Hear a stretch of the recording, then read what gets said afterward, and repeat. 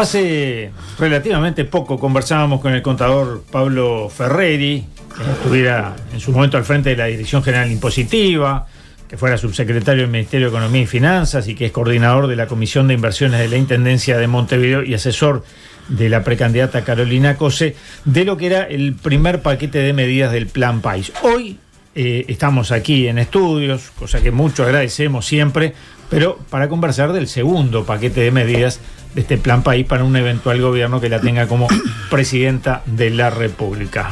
Un gustazo estar aquí charlando en estudios. Muy buenos días, Álvaro. Un enorme placer estar aquí contigo y con toda la audiencia.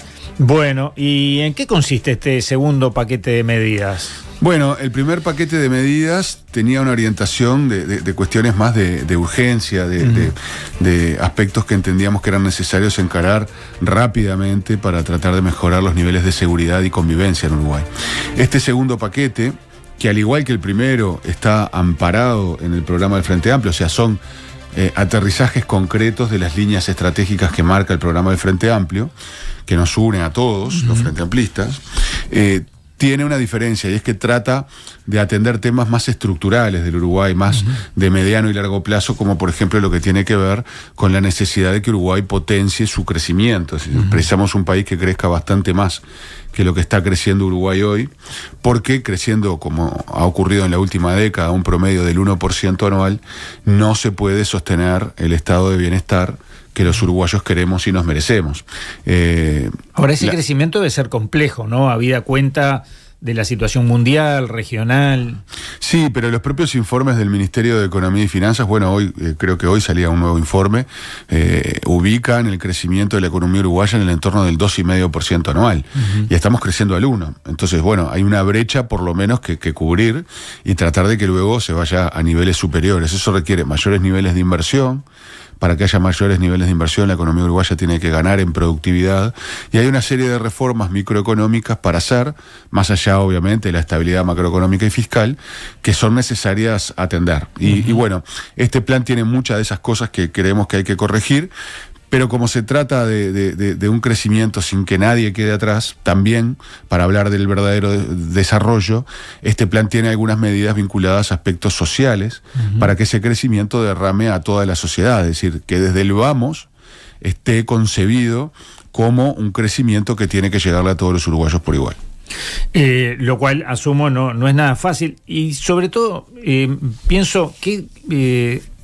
¿Cómo se hace para llegarle a la gente en un ruido electoral muy grande, donde se escuchan, yo a veces digo disparatario, porque realmente uno a veces escucha propuestas de precandidaturas que se sabe que no van a llegar a ser realmente candidaturas, y sin embargo generan allí mucho ruido electoral?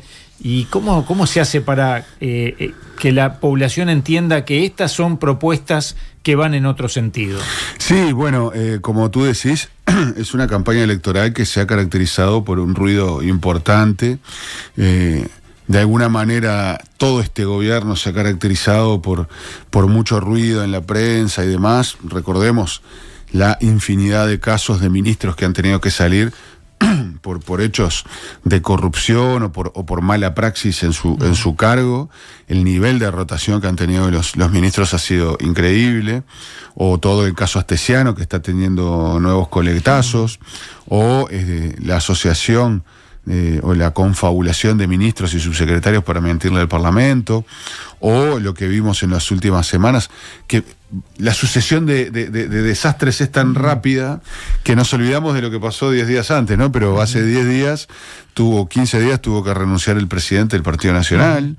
Eso parece que ya quedó en el olvido. Parece que ya quedó en el olvido porque después lo tapó otro incendio, como es la verificación de que el presidente Lacalle estaba al tanto de que se estaba espiando al presidente de la Central de Trabajadores, una cosa que no parece Uruguay, ¿no? O sea, parece traído de una mala serie de Netflix de algún país bananero, ¿no?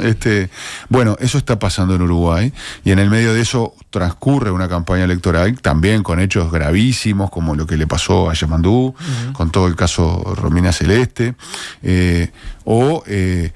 un sinfín de candidaturas que alegremente proponen cosas que claramente cuando uno las ve no están demasiado estudiadas, y en el caso del Partido Nacional algunas propuestas que se plantean como la varita mágica para solucionar temas o de seguridad o de economía, cuando son gobierno, ¿no? Entonces lo bueno sería que esas propuestas se estén implementando actualmente. Pero bueno, cada uno encara la campaña como quiere y como puede. Nosotros preferimos hacer una campaña basada en propuestas. Entre los 2 paquetes de medidas presentamos 100 propuestas concretas, como te decía, de aterrizajes del programa del Frente Amplio, y en eso queremos insistir mucho. Carolina es alguien que se caracteriza por estudiar y por proponer y luego hacer. Entonces queríamos tener un set de medidas que nos permitiera hablar de muchos temas que hacen a la vida del país, como te decía en la primera entrega, seguridad, convivencia, baja de los niveles de violencia, ahora hablando de crecimiento de la economía, de aspectos vinculados al desarrollo. Bueno, porque estamos convencidos de que lo que va a haber que atender en este próximo periodo de gobierno va a ser mucho. El retroceso en muchas áreas ha sido importante, y por lo tanto el 2 de marzo hay que estar ya gobernando y tomando decisiones, porque realmente cuando uno mira en materia de crecimiento hay mucho por hacer. En materia social es innegable que ha habido retrocesos en un país que ha crecido poco, pero ha crecido. Ha aumentado la pobreza infantil, ha aumentado la mortalidad infantil, ha aumentado la desigualdad, y eso se debe a que las políticas públicas tomaron otra orientación. Entonces, en todos estos aspectos vamos a tener que trabajar, y mucho, pero hay una condición fundamental para poder generar mejores niveles de sociales o de calidad de vida para los uruguayos, es que Uruguay tiene que crecer mucho más de lo que lo está haciendo. Y entonces, ¿cómo se daría ese crecimiento y dónde estarían los énfasis? Decía, por ejemplo, políticas sociales. ¿Cuáles concretamente? Bueno, nosotros en materia de crecimiento, que era la primera parte de la pregunta, entendemos que hay varias acciones a tomar. Por ejemplo, menciono algunas que hemos plasmado en este documento, que está colgado en la página web de la campaña de Carolina y en las redes sociales. Por ejemplo, generar un plan de infraestructura. Un plan de infraestructura que, más allá de lo que se hace regularmente por vía presupuestal, debe tener un paquete adicional que permita hacer un shock rápidamente de construcción que empiece lo antes posible, para aumentar el potencial físico de nuestra economía y que por lo tanto aumenten los niveles de productividad.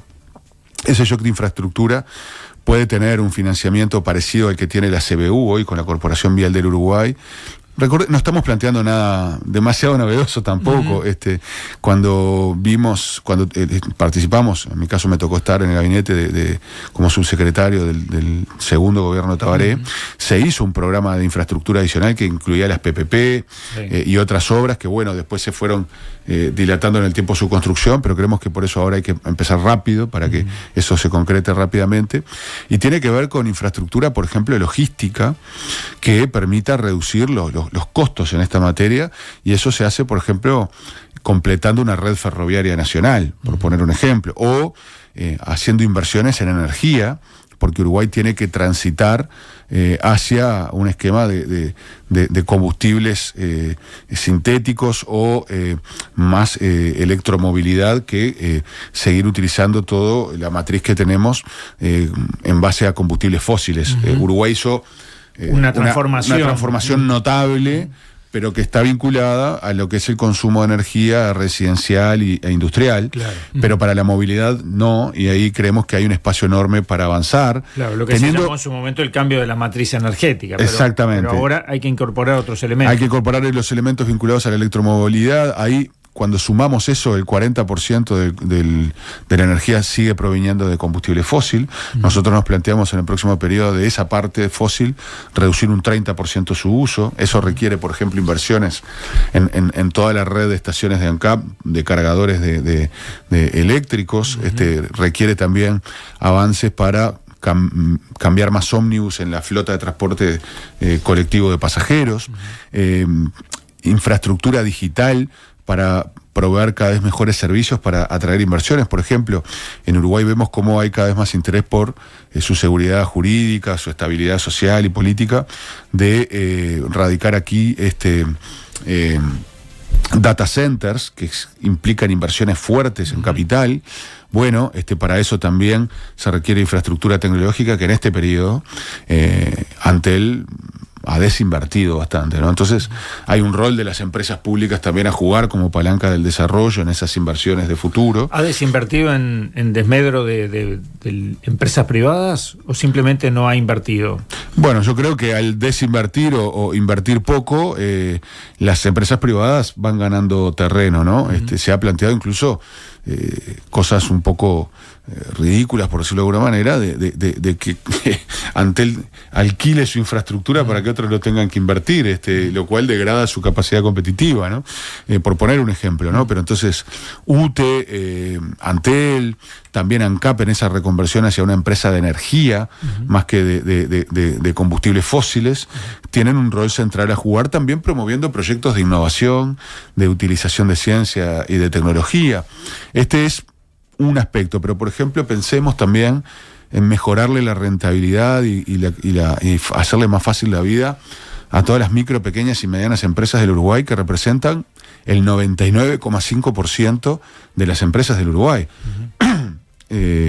Y hoy estas empresas tienen algunos costos importantes que atender, y nosotros creemos que con el avance tecnológico y los saltos que ha dado, por ejemplo, la administración tributaria en Uruguay, se le puede proveer mucho mejores servicios. Me explico. A mí me tocó dirigir la DGI entre el 2010 y el 2014. En ese periodo implantamos la factura electrónica en Uruguay. En ese momento incipiente, fue tomando cada vez más espacio. A lo largo del tiempo fue incorporando prácticamente a todos los contribuyentes, y está previsto que el 1 de enero de 2025 se incorporen las empresas Literal E, que son las últimas que estaban faltando. Entonces, hoy la DGI recibe 1.600 millones de documentos electrónicos, de facturas, aproximadamente por año. Eso es una cantidad de información gigantesca, que permite, obviamente, controlar mejor, pero también permite proveer mejores servicios. Por ejemplo... Y cruzar datos. Sí, pero por ejemplo, para empresas que liquidan el impuesto a la renta de manera ficta, aplicando un porcentaje sobre las ventas, que tienen esta posibilidad las empresas que facturan hasta 4 millones de unidades indexadas por año. Al tener todas las ventas y todas las compras de esas empresas, porque está toda facturando electrónicamente, la DGI, como se aplica un porcentaje para calcular la renta, puede, como hace con los contribuyentes de IRPF, por ejemplo, brindarles una declaración jurada borrador, que si el contribuyente acepta, no tendría que hacer ningún trámite más. Es más, se lo podría exonerar, y nosotros es lo que estamos planteando, de la necesidad de llevar contabilidad. Es decir, para miles de empresas uruguayas se podrían reducir costos de manera notable, no teniendo que llevar contabilidad, no tener que llevar registros contables, y simplemente aceptar la declaración jurada que le provee la propia DGI. Para otras empresas que tienen... No está atentando contra su propia profesión de contador. No, lo que creemos que exactamente al contrario. Estamos valorizando la profesión contable, porque pasaríamos a tener profesionales que, en vez de hacer sumas y restas, que son bastante mecánicas, pueden empezar a aportar mucho más valor agregado y asesorar en materia de gestión financiera a las empresas, y de administración y de toma de decisiones, en cosas que le van a agregar mucho más valor a los comercios que simplemente un libro diario de caja. Entonces, creemos que esto reduce costos para las empresas y permite a los profesionales agregar mucho más valor a su trabajo, y por lo tanto en mejorar la capacidad de las empresas. Para las empresas chiquitas estamos planteando que no tengan que contratar servicios de facturación digital, que tienen obviamente un costo también.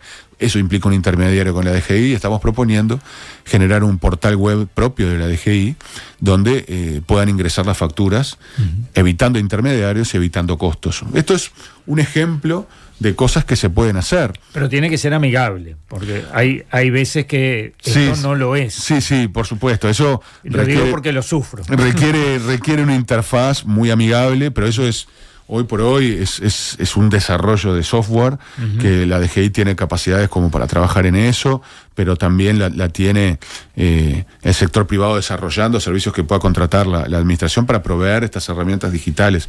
Creemos que es algo que se puede hacer. Hoy lo importante es que la DGI tiene muchísima información que no explota de la mejor manera, creo yo, ni para controlar, ni para, sobre todo, generar mejores servicios.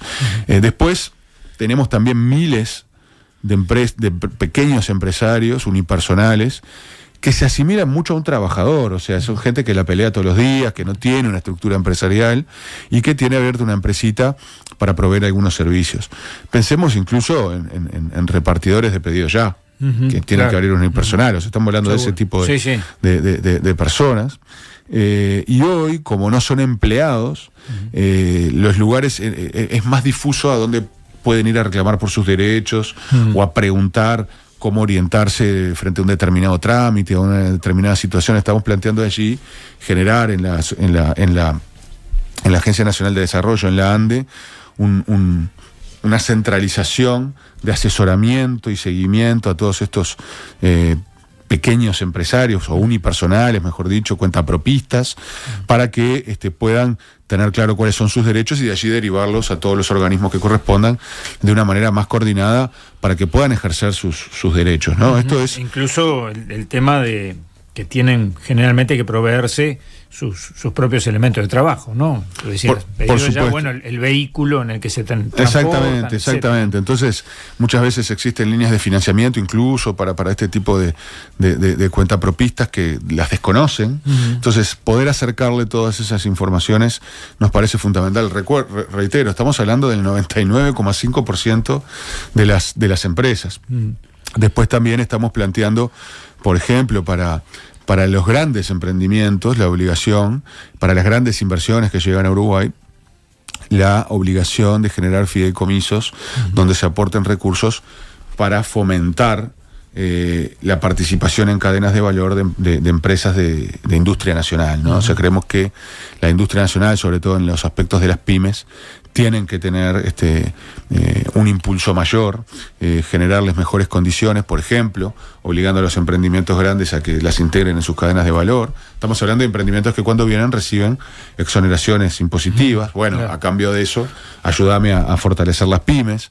Creemos que también en el régimen de la COMAP, de beneficio de impuestos por inversiones, se debe dar más relevancia a quienes tienen un componente de industria nacional, además deslocalizado en territorios.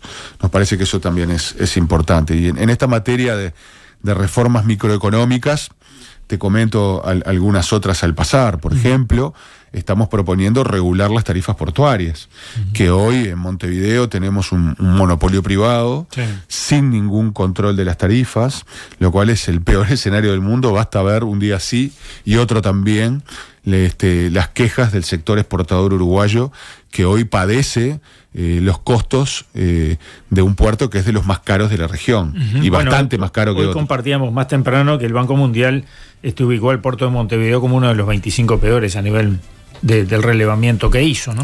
Bueno, eso te muestra a las claras lo mucho que hay que avanzar en, reitero, un puerto que este gobierno transformó en un monopolio privado por los próximos 60 años. Entonces, ahí hay mucho para hacer. En materia de monopolios también estamos planteando fortalecer y darle más independencia a la Comisión de Defensa y Promoción de la Competencia, que en estos últimos días ha hecho 2 fallos en esa línea de evitar la concentración, como fue en el caso de frigoríficos o en el caso de los panificados.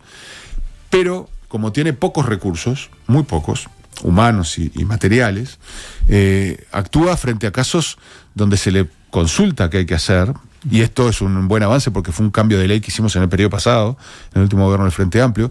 Con la ley vieja, la concentración de frigoríficos hubiera ocurrido porque no tenían que preguntar para hacerla, o en la de Bimbo con Pagnific tampoco, pero hoy solo tiene capacidad para actuar frente a casos donde le preguntan. No tiene la capacidad de ser una organización proactiva y salir a investigar mercados donde pueda haber indicios de concentración. Entonces, por lo tanto, ahí también entendemos que hay cosas para para corregir, para poder tener en un país pequeño una institución fuerte, que desincentive la creación de monopolios que en un mercado pequeño, reitero, siempre es más fácil de que ocurra, ¿no? Claro.